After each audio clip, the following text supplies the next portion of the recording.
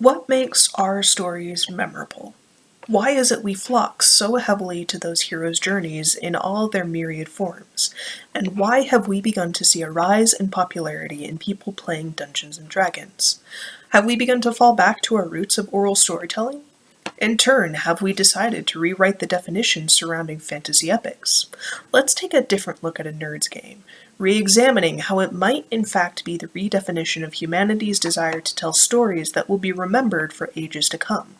With the rise in popularity, it's no far stretch to call the sudden reemergence of Dungeons and Dragons a renaissance in epic oral storytelling. It would make sense that the renaissance of oral storytelling grew in forgotten corners of the world with dismissed people. Our epics are no longer seemingly universal or Homeric in nature, but they're just as potent. They're no longer semi-structured from beginning to end, but rather change at the whim of dice and improvised decisions.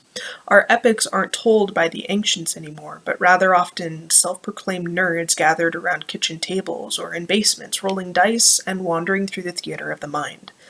Dungeons and Dragons, the now monstrous tabletop role-playing game of truly gargantuan proportions, has seen a huge surge in popularity in the past few years with the most recent revision to the core rules, commonly called 5th edition. This edition has made the many rules of the game more accessible to all, and in doing so has spurred a slew of groups to utilize the countless eyes of the internet as witnesses to their stories.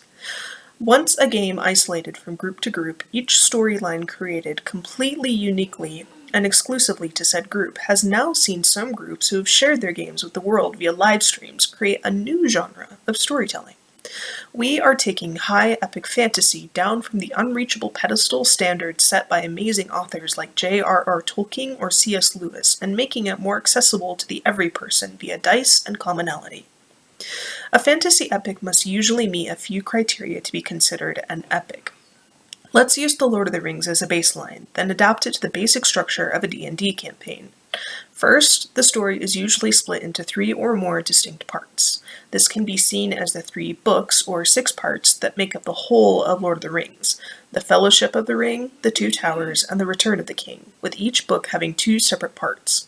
If we correlate that to a standard, long-running D&D campaign splitting by various story and quest arcs for our 3 or more parts, then we've got that criterion met. Second, a fantasy epic should take place in a secondary world, or world that isn't the real world we're living in now, and it often includes magic or some sort of fantastical element.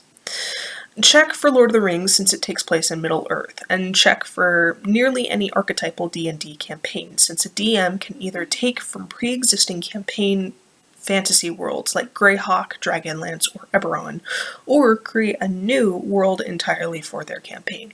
Third, and this one is a bit more compounded, the story should follow a hero on a quest for good versus evil. Again, point to The Lord of the Rings with its split quest lines, Frodo and Sam seeking to destroy the evil ring, and Aragorn and company fighting the evil forces of Mordor. And again, check for the standard D&D campaign, since any campaign can contain any number of villains with the standard big bad evil guy being a recurring character ultimately to be defeated at the final big battle an adventuring party will face, all while seeing the growth of an adventuring party from slightly special peasants to heroes of the realm. We are now witnessing a resurgence in oral storytelling, since any D&D game is effectively a complex story continually expanded upon with each and every player decision. And that's the thing about it.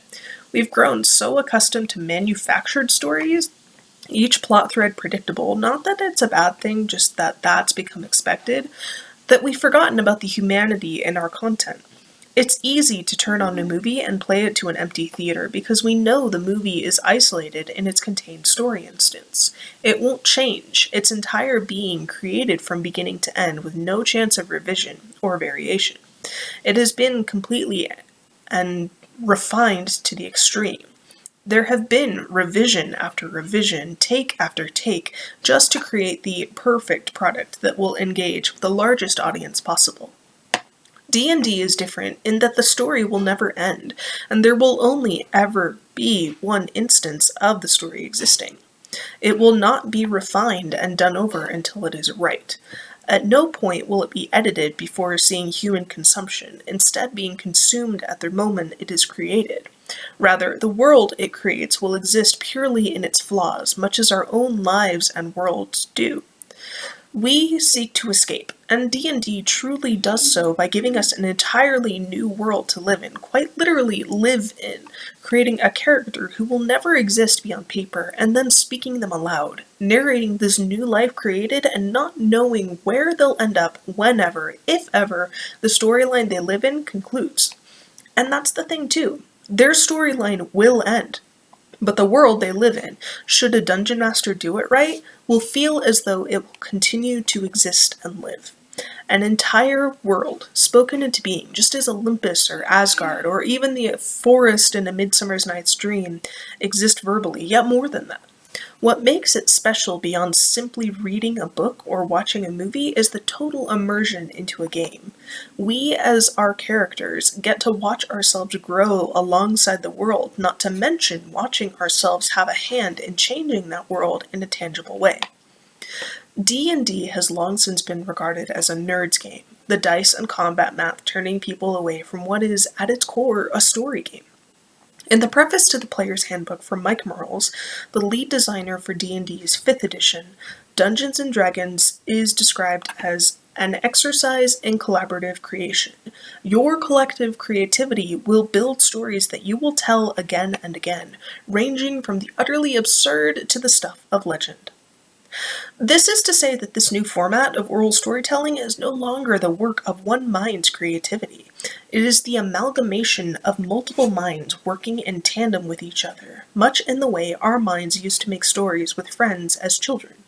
This is just a more refined version of harnessing imagination, but really it's no different than our days of pitting dolls against stuffed animals. This outlet still provides us with the acting in the theater of the mind, imagination circling unseen around us, yet still perfectly visible. Our modern stories now require buy-in in some regard, at least in looking through the theoretical lens. Culture is inextricably linked with commodity, yet again, D&D and oral storytelling break that mold. It costs nothing to recall a memory, just as it costs nothing to weave a story from the air with friends. Even the most basic materials for running the game itself are at minimal cost. What's priceless are the necessary friends and time spent to create a story. It's impossible to commodify spontaneous imagination. Ultimately, you can't replace the human aspect of culture. Epic stories aren't all globally renowned anymore, at least not to the degree that the Odyssey is, or the Lord of the Rings. However, that shouldn't stop us from indulging in what we are meant to do. We as humans love to tell stories, especially with our friends, and given enough time, we can create our own fantasy epics. The goal of a story isn't for it to be known by everyone, but rather to be known by those it is important to. It shouldn't matter to a man in London how my friends and I saved a fantasy town from being overrun by goblins, yet it should matter that my friends and I remember how saving that fantasy town from being overrun by goblins brought us all closer together, because we told that story all together. We swung our swords on paper and imagined our battle in thin air, even when we sat miles apart from each other. All of this to create memory with one another and share the experience of telling a communal epic story.